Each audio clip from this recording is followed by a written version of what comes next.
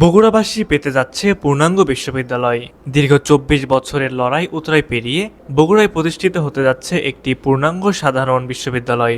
এতদিন যা কেবল বগুড়া বিজ্ঞান ও প্রযুক্তি বিশ্ববিদ্যালয় হিসেবে নথিপত্রে সীমাবদ্ধ ছিল, সময়ের চাহিদা এবং জনমানুষের প্রাণের দাবির মুখে সরকার সেটিকে একটি আধুনিক ও পূর্ণাঙ্গ বিশ্ববিদ্যালয়ে রূপান্তরিত করার চূড়ান্ত সিদ্ধান্ত গ্রহণ করেছে। বগুড়ায় এই পূর্ণাঙ্গ বিশ্ববিদ্যালয় প্রতিষ্ঠার প্রক্রিয়াটি বর্তমানে অত্যন্ত দ্রুত গতিতে এগিয়ে চলছে। শিক্ষা মন্ত্রণালয়ের মাধ্যমিক ও উচ্চ মাধ্যমিক শিক্ষা বিভাগ থেকে গত ৩১শে মার্চ এক স্মারকে জারি করা প্রজ্ঞাপনের মাধ্যমে একটি উচ্চ পর্যায়ের শক্তিশালী কমিটি গঠন করা হয়েছে। ৬ সদস্যের এই গুরুত্বপূর্ণ কমিটিতে সভাপতি হিসেবে দায়িত্ব পালন করছেন মন্ত্রণালয়ের অতিরিক্ত সচিব আলিফ রুদাবা। এই বিশেষজ্ঞ কমিটিতে মাত্র ৮ কর্মদিবসের মধ্যে বগুড়া বিজ্ঞান ও প্রযুক্তি বিশ্ববিদ্যালয় আইন ২০০১ সংশোধন, পরিমার্জন ও পরিবর্ধন করে শিক্ষামন্ত্রীর কাছে পেশ করার নির্দেশ দেওয়া হয়েছে। ১২ এপ্রিলের মধ্যে এই সংশোধনের চূড়ান্ত রূপরেখা স্পষ্ট হবে বলে আশা করা যাচ্ছে এবং এই কার্যক্রমের অংশ হিসেবে বর্তমান বিজ্ঞান ও প্রযুক্তি বিশ্ববিদ্যালয়ের সকল কার্যক্রম সাময়িকভাবে স্থগিত রাখা হয়েছে। বিশ্ববিদ্যালয়টির এই বিবর্তনের ইতিহাস বেশ নাটকীয়।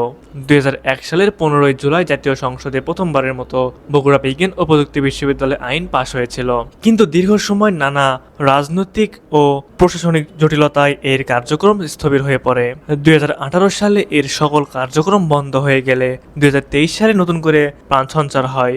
২০২৩ সালের ১০ই মে সরকার আইনটি কার্যকরের লক্ষ্যে SRO জারি করে। এর ধারাবাহিকতায় ২০২৫ সালে ৩ জুন রাষ্ট্রপতি ডক্টর মোহাম্মদ কুদরত-ই-জাহানকে এই বিশ্ববিদ্যালয়ের উপাচার্য হিসেবে নিয়োগ প্রদান করে।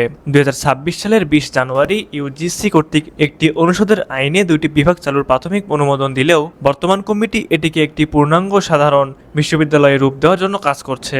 বগুড়ার সাধারণ মানুষের প্রত্যাশা পূরণে এই উদ্যোগটি একটি মাইলফলক। শিক্ষানগরী হিসেবে পরিচিত এই জনপদে একটি পূর্ণাঙ্গ বিশ্ববিদ্যালয় চালু হওয়া এখন কেবল সময়ের ব্যাপার মাত্র।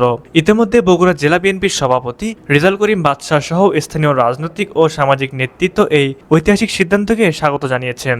বর্তমানে বগুড়ার উপশহরে অবস্থিত অস্থায়ী কার্যালয় থেকে বিশ্ববিদ্যালয়ের প্রাথমিক কার্যক্রম পরিচালিত হচ্ছে।